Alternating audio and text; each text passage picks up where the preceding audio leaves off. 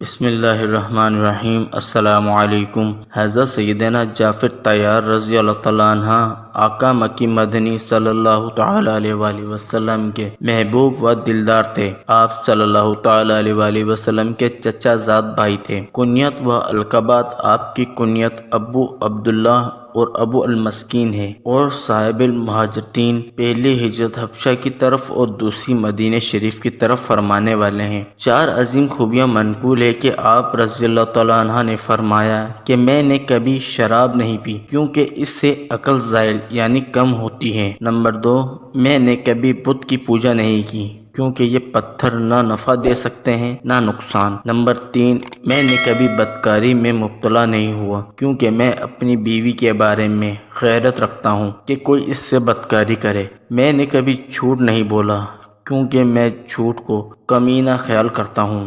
قبول اسلام: آپ رضی اللہ تعالیٰ عنہ اپنے سگے بھائی شیر خدا حضرت سیدنا علی المرتضیٰ کرم اللہ تعالی وجہ الکریم سے عمر میں 10 سال بڑے تھے۔ آپ 25 یا 31 مردوں کے بعد ایمان کی دولت سے مالا مال ہوئے۔ ہجرت حبشہ کفار مکہ کی جانب سے پہنچانے والی تکلیف کی وجہ سے نبی کریم صلی اللہ تعالی علیہ وسلم کے اعلان نبوت کے 5 سال رسول اللہ صلی اللہ علیہ وسلم سے اجازت لے کر 80 مردوں کے ساتھ حبشہ کی جانب ہجرت کی۔ نیکی کی دعوت: حبشہ کے بادشاہ حضرت نجاشی رضی اللہ تعالیٰ عنہ کے اسلام لانے کے سبب بھی آپ کی ذات مقدس بنی تھی۔ آپ موقع پر آپ نے شاہ نجاشی کے سامنے اللہ رب العالمین کی وحدانیت، پیارے آقا صلی اللہ تعالی علیہ وآلہ وسلم کی رسالت، اسلام کی حقانیت، حضرت عیسیٰ علیہ السلام کی صداقت اور حضرت بی بی مریم رحمۃ اللہ تعالی علیہ کے پاک دامن ہونے پر ایسی روح پرور تقریر فرمائی کہ شاہ حبش کی زبان پر یہ کلمات جاری ہو گئے: میں گواہی دیتا ہوں کہ حضرت محمد صلی اللہ تعالی علیہ وآلہ وسلم اللہ عز و جل کے رسول ہیں۔ حضرت عیسیٰ علیہ السلام نے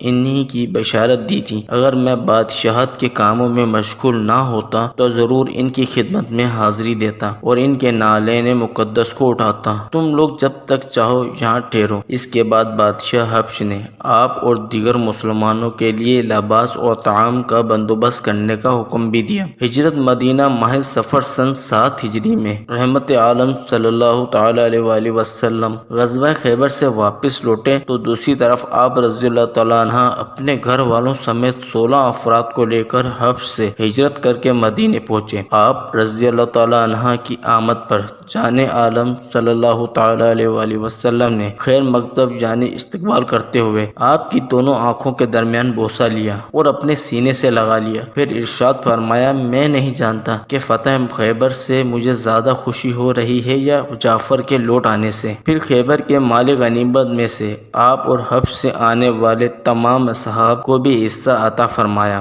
عمرے کی ادائیگی 7 ہجری ماہ ذوالقعدہ میں پیارے آقا صلی اللہ تعالی علیہ وآلہ وسلم کے ساتھ عمرے کی سعادت پائی۔ اس موقع پر رحمت عالم صلی اللہ تعالی علیہ وآلہ وسلم نے ان کلمات سے آپ رضی اللہ تعالیٰ عنہ کی عظمت بڑھائی کہ تم صورت و سیرت میں میرے مشابہ ہو۔ آپ رضی اللہ تعالیٰ عنہ مساکین سے بے حد محبت کرتے تھے، ان کے ساتھ بیٹھتے اور گفتگو کیا کرتے تھے۔ حضرت سیدنا ابو ہریرہ رضی اللہ تعالیٰ عنہ فرماتے ہیں کہ لوگوں میں مساکین کے سب سے زیادہ خیر خواہ، بھلائی چاہنے والے حضرت جعفر رضی اللہ تعالیٰ عنہ تھے۔ مزید فرماتے ہیں کہ ہم حضرت جعفر رضی اللہ تعالیٰ عنہ کے پاس آتے تو گھر میں جو کچھ ہوتا ہمیں کھلا دیا کرتے، یہاں تک کہ ایک مرتبہ گھر میں کچھ نہ ملا تو شہد کا ایک خالی مشکیزہ لے آئے، ہم نے اسے کھولا اور بچا کچا شہد کھانے لگے۔ جمادی الاول 8 ہجری کو ملک شام کی سرزمین موتا کی جانب مسلمانوں کے لشکر روانہ کیا گیا، جس کے امیر حضرت زید بن حارث رضی اللہ تعالیٰ عنہ تھے۔ حکم یہ تھا کہ اگر یہ شہادت سے سرفراز ہو جائے تو حضرت جعفر اور پھر ان کے بعد حضرت عبداللہ بن رواحہ رضی اللہ تعالیٰ عنہ لشکر اسلام کی قیادت کریں گے۔ 3000 مسلمان مجاہدوں کا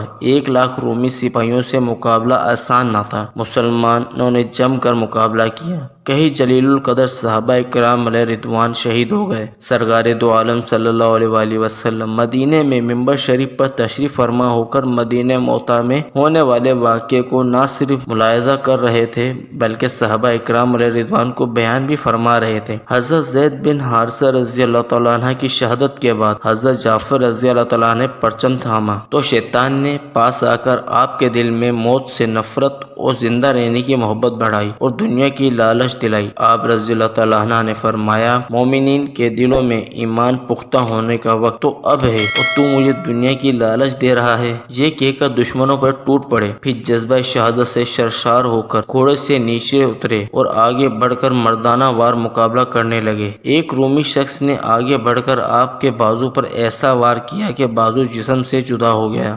آپ نے جھنڈا دوسرے ہاتھ میں لے لیا، اس نے دوسرے بازو پر وار کر کے اسے بھی جسم سے جدا کیا تو آپ نے پرچم اپنی گود میں رکھ کر کٹے ہوئے بازوں سے ایسے تھامے رکھا یہاں تک کہ تاج شہادت سر پر سجا کر روح جسم سے جدا ہو گئی۔ با وقت شہادت آپ رضی اللہ تعالیٰ عنہ کی عمر مبارک 33 سال تھی۔ بعد میں آپ رضی اللہ تعالیٰ عنہ کے جسم پر لگنے والی تلوار اور نیزوں کے نشانات شمار کیے گئے تو مختلف روایتوں کے مطابق ان کی تعداد 50 یا 90 سے بھی زیادہ تھی اور سب نشانات سامنے کی طرف تھے، ایک بھی نشان پیٹھ کی جانب نہ تھا۔ آپ رضی اللہ تعالیٰ عنہ کا مزار مبارک موطأ صبح کرک اردان میں واقع ہے۔ آپ رضی اللہ تعالیٰ عنہ کی شان کا اندازہ سید عالم صلی اللہ علیہ وسلم کے ان کلمات سے بخوبی لگایا جا سکتا ہے کہ میں گزشتہ رات جنت میں داخل ہوا تو دیکھا جعفر فرشتوں کے ساتھ اڑ رہے ہیں۔ ایک روایت میں ہے کہ اللہ عز و جل نے حضرت جعفر رضی اللہ تعالیٰ عنہ کے کٹے ہوئے بازوں کے بدلے انہیں 2 پر عطا فرمائے، اسی وجہ سے آپ کو جعفر طیار بھی کہا جاتا ہے۔ اللہ عز و جل کی ان پر رحمت ہو اور ان کے صدقے ہماری بے حساب مغفرت ہو، آمین ثم آمین۔ جزاک اللہ تعالی خیرہ۔